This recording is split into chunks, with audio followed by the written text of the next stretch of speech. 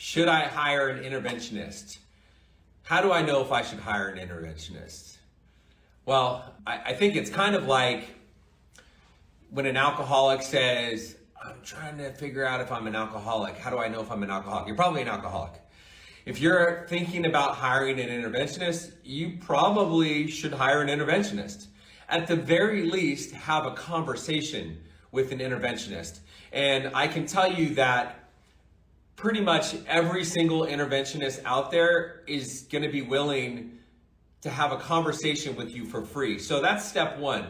If you're considering hiring an interventionist, if your loved one is an alcoholic or a drug addict, or you think he's an alcoholic or a drug addict or a sex addict or a gambling addict or any sort of an addict or struggling with any sort of an addiction or even mental health, which those two go hand in hand, I would say absolutely find an interventionist.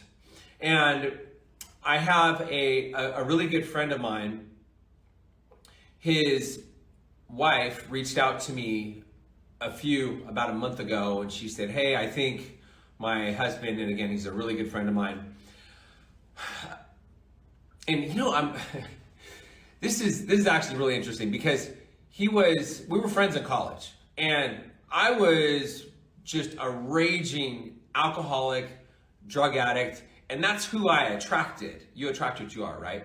And he was just like me. And I always thought, and even when I got sober, I remember thinking, yeah, he's, especially when you're newly sober, you start thinking, oh yeah, he's an alcoholic, and you start thinking about who should also be sober. Like, I'm all high and mighty because I'm clean and sober now, and you should be sober, and you shouldn't be drinking, and you shouldn't be doing, it's none of my business. Today, I understand, it's none of my business, and being in an addiction is a self-diagnosed disease. It has to be self-diagnosed.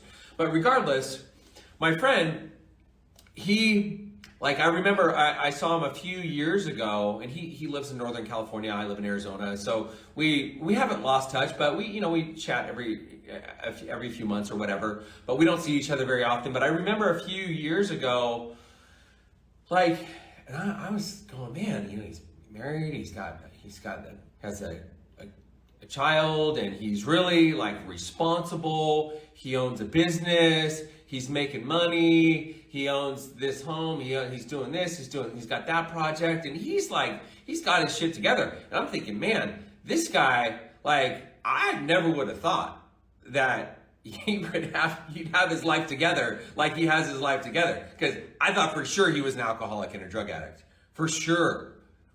But he had his life together, and about a month ago, maybe a couple months ago, I get his wife reached out to me, and she said, so, I'm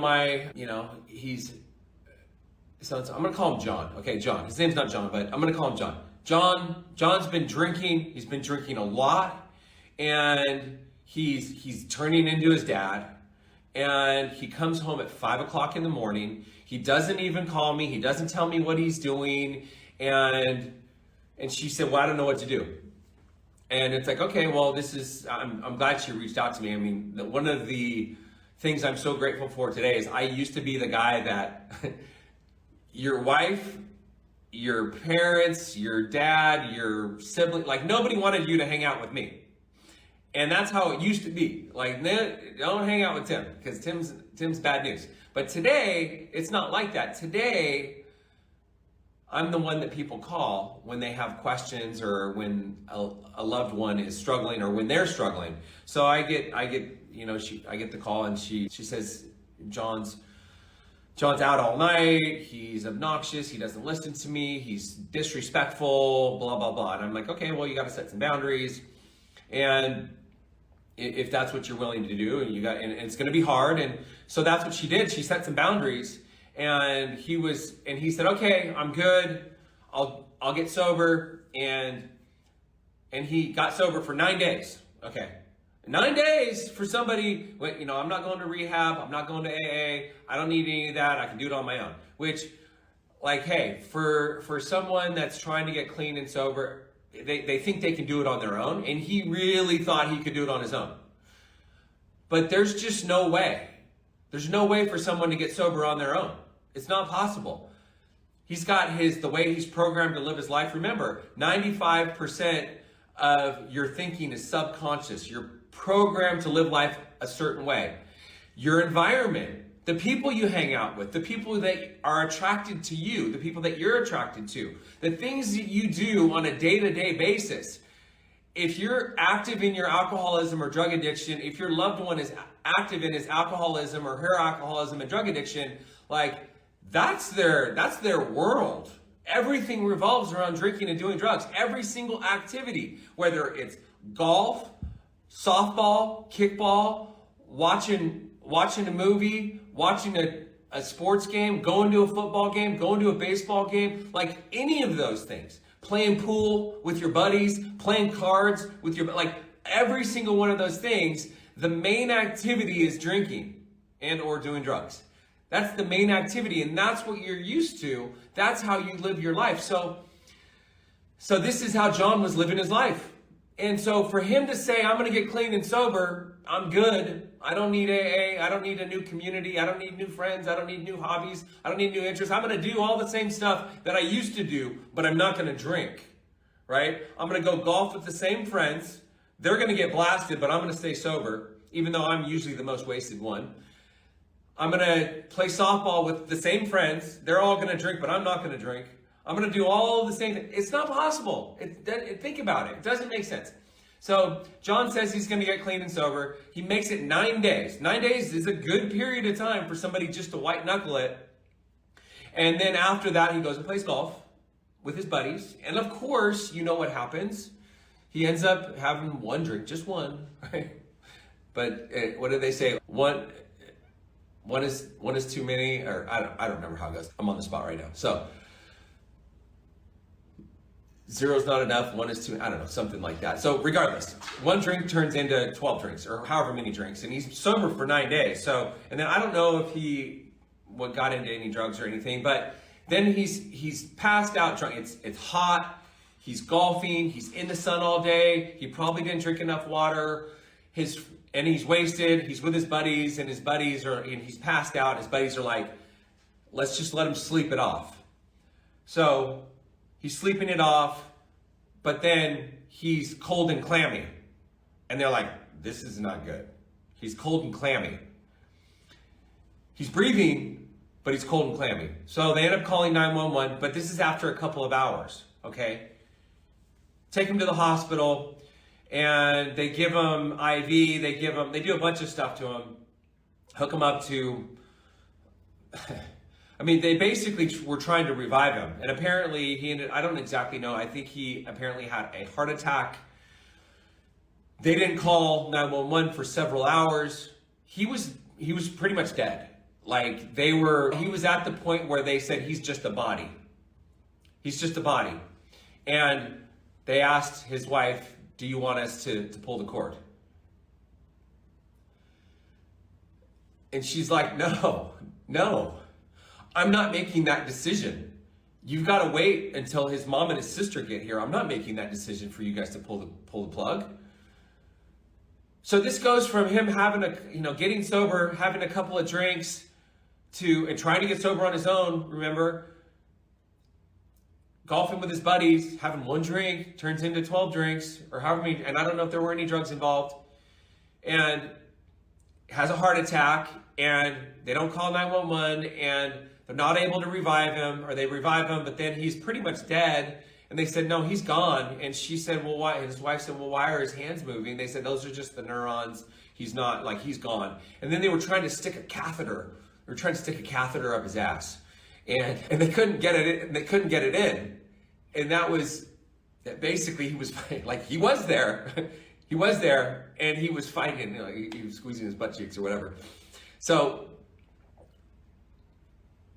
he's kind of been in and out. He's still in the hospital. He's still in ICU. He's doing better. He's gonna be okay. However, now most normal people, especially someone that doesn't have experience with alcoholism or drug addiction, they think that John, okay, I'm sure that was enough for John. I'm sure John's gonna get clean and sober now. I'm sure. Like I hope that was the wake-up call that he needed. And I can tell you that me being an alcoholic and drug addict in recovery, I'm clean and sober, I was in a major car accident in 1996. Many of you have seen the video, seen the pictures. Like the person that drove the car that I drove, I fell asleep driving. I flipped over 3 times. I ended up on the other side of the freeway. They took me to San Jose Medical Center. I was in ICU for 4 days. I was in 24-hour care for 28 days. I don't remember 2 weeks of my life. Everybody said, wow, I'm sure that was enough. Wow, God saved Tim. But no, like for me, like I was like, no, what do you mean? Like I'm good. And I was back at it. I was back to the drinks, and it escalated to drug use. And I drank for 15 more years. So if you think that your loved one or your addict has hit a bottom, and you think that that's going to be enough, and they're going to go and they're going to get clean and sober on their own, like, you're sadly mistaken, because that's not the way it works. And I would argue that my bottom wasn't my lowest bottom. I had lots of bottoms. I had lots of times where everybody else on the outside thought, okay, like this is for sure, this is it. I mean, but no. It's a person is ready when they're ready. They're ready when they're ready. And with an intervention, so I would say step 1, if you think your loved one is an alcoholic or a drug addict and you don't know what to do, the first thing is make a phone call, call an interventionist. And I've got lots of interventionists that I use, that I refer people to. Or find an interventionist, have the conversation. Every single interventionist out there that I know of is willing to have a conversation for free. Even more than one conversation for free. You start with the conversation. And one of the things that people don't realize about hiring an interventionist or working with an interventionist is the family support. It's the family support. Because the family, remember, the person is in their disease. They're drinking, they're drugging, they're an alcoholic, they're a drug addict. He's an alcoholic, she's a drug addict. And the lying, the cheating, the stealing, the manipulation, the lies, that all is like, that's how they live. And you're their family, you're their loved one, and whatever you're doing is not helping. And that might be hard to hear for many people, but what you're doing is not helping. So you have to do something different. And to think that you can do something different, to think that the rest of your family can do something different without coaching, without support, without direction, without somebody else telling you what to do and helping you and giving you the guidance and the support and the love because it's like, we know you love your loved one. You want your loved one to live. You want your loved one to make it through this. You want your loved one to be happy, joyous, and free. You want to be happy, joyous, and free. You all want the same thing. But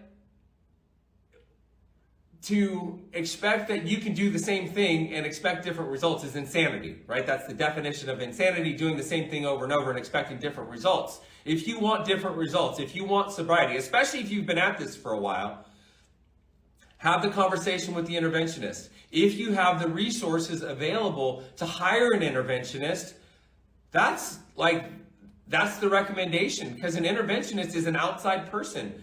That is not you. An outside person that's going to help you and give you and your family support. It's the family support. And the more family support you can get, even before the actual intervention. Intervention 911 on TV, where they all sit around and they all write letters and they force their loved one to go to rehab.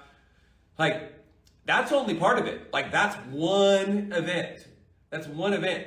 There's a lot of other things that happen behind the scenes and leading up to.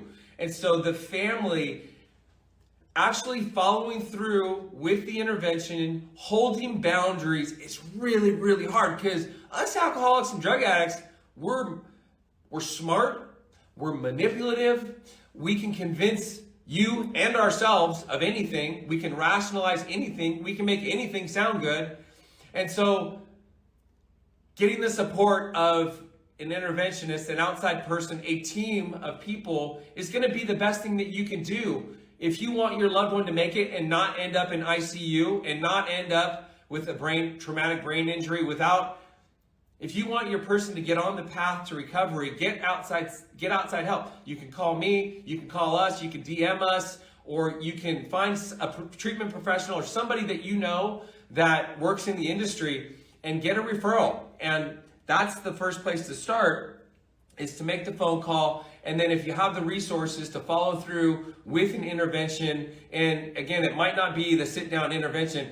I mean, that interventionist, I can't even tell you how helpful and imperative hiring an outside person to help you with this journey, to guide you through. I can't even tell you how helpful that could be. There's a guy named 𝐾𝐨𝐧'𝐭. He's an interventionist. He's in Palm Springs.